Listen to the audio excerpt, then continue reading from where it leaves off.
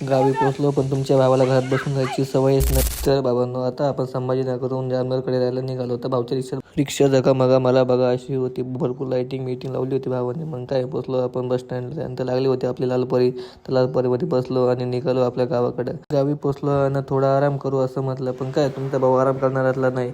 मग मामाची फटफटी काढली आणि शेताकडे धाव घेतली. त्यानंतर पोहोचलो आपण वावरामध्ये बाबा मस्त बैलांना पाणी पाजत होते.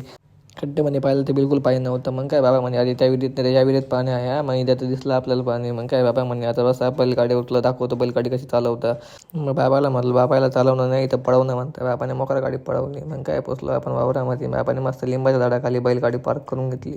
मग निघालो बाबाच्या पाठीमागं बाबा आपल्याला दाखवत होते हे वावरामध्ये काय लावलं आहे काय नाही ते. मग काय बाबा आले ना सुरू. हा जुला नाही ना समोर हाजी आहे ना कोकीची भाजी. त्याच्यानंतर वरती आलो. बाबाला म्हटलं बाबा हे वरचं आलतच भरलं आहे. बाबा म्हणजे आलतं नाही ते 10-12 फूट पाणी आहे म्हणे. हायला म्हटलं आता एक स्विमिंग पूलच आहे ना म्हटलं. मग काय शेताच्या वावरात आपल्या वावरामध्ये मेंढ्या आणि शेळ्या घुसल्या होत्या. तर बाबा त्यांना हाकलत होते. त्यानंतर तिकडे मामाने ते मस्तपैकी त्यांचा लंच टाईम झाला होता. ते तिकडे जेवणाला बसलं होतं. पण बाबांनो शेतामध्ये जेवणाचा आनंद हा वेगळाच असतो.